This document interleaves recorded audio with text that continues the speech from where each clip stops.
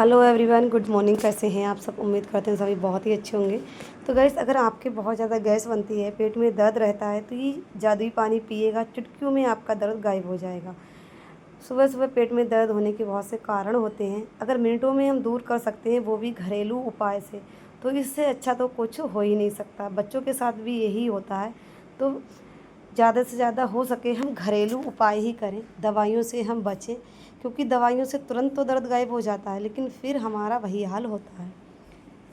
तो इसके लिए हमने क्या किया, गुनगुना पानी लेना है आपको, उसमें थोड़ी सी डालना है हींग। पानी गुनगुना होना चाहिए, इतना गुनगुना होना चाहिए कि जितना हम आराम से पी सकें। उसके बाद उसमें थोड़ी सी हमें डालना है काला नमक, ठीक है। अगर बच्चों को दे रहे हैं तो ये दो चीज़ें मिक्स करके उसे पिला दीजिएगा। अगर बड़े पी रहे हैं तो उसमें थोड़ी सी हम अजवाइन भी डाल लें, क्योंकि बच्चे अजवाइन नहीं खाएंगे। अगर बच्चों को देना है अजवाइन तो पाउडर बना के थोड़ा सा पाउडर डाल दीजिएगा। इस पानी को पीजिएगा। अगर आपके पेट में दर्द हल्का फुल्का है और एसिडिटी है तो चुटकियों में गायब हो जाएगा। आई होप आपको ये ट्रिक पसंद आई। तो गाइस, देख लेते हैं अगली टिप। अगली टिप है आटा को लेकर। देखिए, आप जब भी आटा गूँधें और तो उसमें थोड़ा सा घी और 1 चम्मच बेसन डाल दीजिएगा। अपने जितना आपने आटा गूँधा है उसी के हिसाब से आप बेसन डाल लीजिएगा। इससे ना हमारी रोटियों में स्वाद तो बढ़ेगा ही, बहुत स्वादिष्ट रोटी लगती है। चाहे आप रोटी बनाएं, पराठा या फिर पूड़ी, बहुत स्वादिष्ट बनती है। दूसरा, इसमें प्रोटीन की मात्रा आ जाती है। आपने देखा होगा चने में ना बहुत ज़्यादा प्रोटीन होता है, तो उसमें ताकतवर होता है, तो इसलिए कहते हैं कि चना खाना बहुत ही हमारे लिए फ़ायदेमंद होता है। तो बेसन भी चने का ही बनता है, तो इसलिए रोटियों में थोड़ा सा बेसन डालकर गूँधेंगे तो ये हमारे लिए और हमारे बच्चों के लिए बहुत ज़्यादा लाभदायक होगा। तो अगले से आप जब भी आटा गूँधें तो थोड़ा सा बेसन और घी ज़रूर से डाल लें। अगर घी नहीं है तो भी कोई बात नहीं, नहीं डालें, पर बेसन थोड़ा सा ज़रूर से डालें। इससे रोटी का भी स्वाद बढ़ जाता है और हमारे सेहत के लिए बहुत ज़्यादा लाभदायक होता है। सो आई होप गाइस, आपको ये छोटी सी टिप बहुत पसंद आई होगी और यूजफुल भी लगी होगी। तो चलिए गाइस, और अब देख लेते हैं नेक्स्ट टिप। तो नेक्स्ट टिप है, हमारा घर अगर साफ़ सुथरा होता है तो हमें बहुत अच्छा लगता है। तो सुबह सबसे पहले उठकर हमें अपने बेड को ही ठीक करना चाहिए। अगर देखिए हमारा कमरा गंदा होता है तो हमारा मूड भी बहुत ख़राब सा लगता है, कमरे में जाते हुए बिल्कुल भी अच्छा नहीं लगता है। और अगर साफ़ सुथरा हमारा रूम होता है तो एक हमारे घर में पॉजिटिव वाइब्स भी रहती है। तो हो सके तो सबसे पहले सुबह अपना बेड ठीक करें, कमरे को साफ़ करें, उसके बाद सारे काम करें। फिर देखना आपको कितना अच्छा लगता है, कितना ज़्यादा सुकून मिलता है और काम करने में बहुत मन लगता है। सो आई होप आपको ये टिप भी अच्छी लगी होगी। चलिए देख लेते हैं नेक्स्ट टिप। नेक्स्ट टिप है हमारे कुकर के ढक्कन को लेकर। हमने देखा है बहुत सारी बहनें क्या करती है, कुकर को धो लेती हैं, पर सीटी का और कुछ चीज़ों पे ध्यान नहीं देती हैं।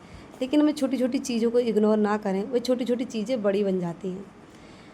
तो देखिए क्या होता है, जब दाल हम बनाते हैं कोई छिलके वाली चीज़, तो थोड़ा बहुत इसमें कचरा ज़रूर फंस जाता है। तो इस तरीके से अपने ढक्कन को ज़रूर से क्लीन करें, इससे हम खतरे से बच सकते हैं। कभी भी आपका कुकर नहीं फटेगा, ये चीज़ आप ध्यान रखिए। अगर आप इस तरीके से अपने ढक्कन को हमेशा साफ़ रखते हैं कुकर के, तो कभी कुकर फट नहीं सकता है, ये गारंटी है।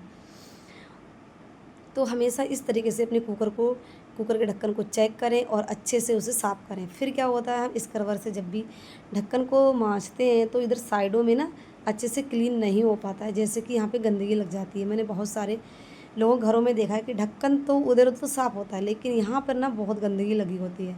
तो उसके लिए हमें लेना है टूथपेस्ट, बेकार ब्रश लेना है, कोलगेट टूथपेस्ट लेना है, और इससे हम अपने ढक्कन को क्लीन कर सकते हैं, जो कि हमारा ढक्कन बिल्कुल चमकता रहता है हमेशा। मैंने इसे तो जानबूझ के क्लीन नहीं किया था, सुबह दाल बनाई थी, और वरना मैं अपने ढक्कन को हमेशा इस तरीके से क्लीन करके रखती हूँ। कभी भी मेरे ढक्कन में आपको गंदगी नहीं मिल सकती है। तो छोटी छोटी चीज़ों को इग्नोर ना करें, छोटी छोटी चीज़ें ही हमारी लाइफ में कभी बहुत बड़ी बन जाती हैं। तो हमेशा इस तरीके से अपने कुकर के ढक्कन को क्लीन करके रखिएगा, सीटी को भी अच्छे से साफ़ करिएगा।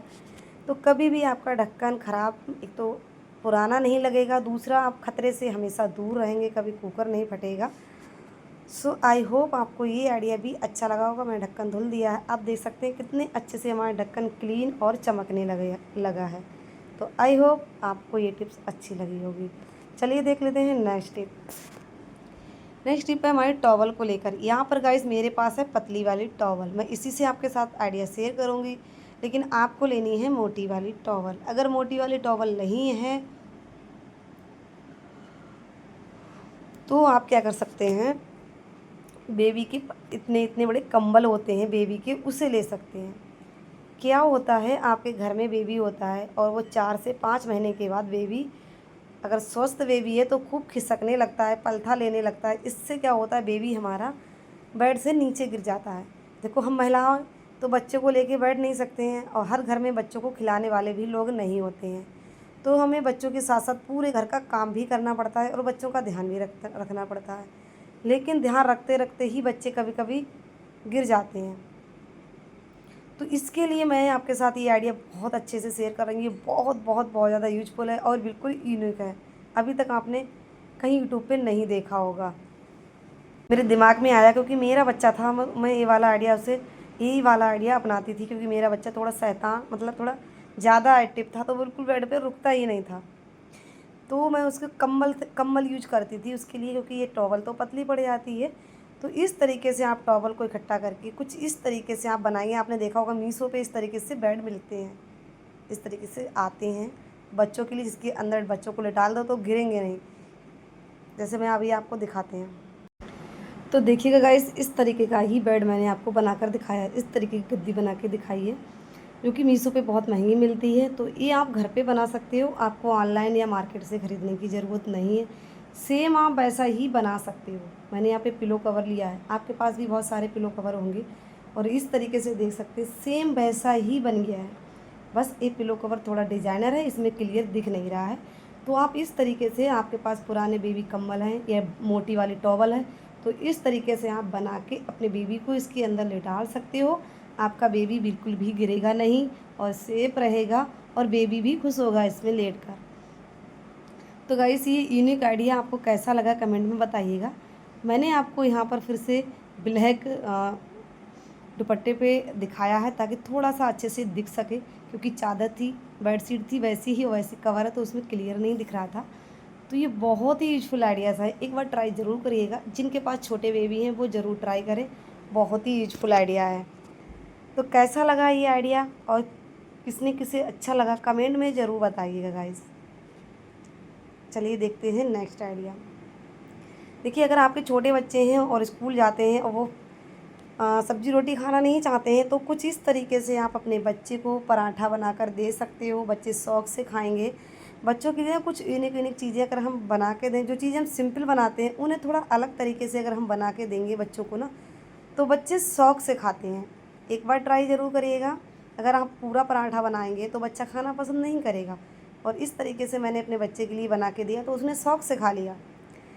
तो इसलिए आप भी, अगर मदर्स हैं, आपके बच्चे जाते हैं स्कूल, तो इस ट्रिक को ज़रूर ट्राई करिएगा। अगर आप चाहती हैं अगर आपके बच्चे टिफ़िन पूरा फिनिश करके आएँ, तो थोड़ी तो मेहनत आपको करनी ही पड़ेगी। आई होप आपको ये टिप भी पसंद आई होगी।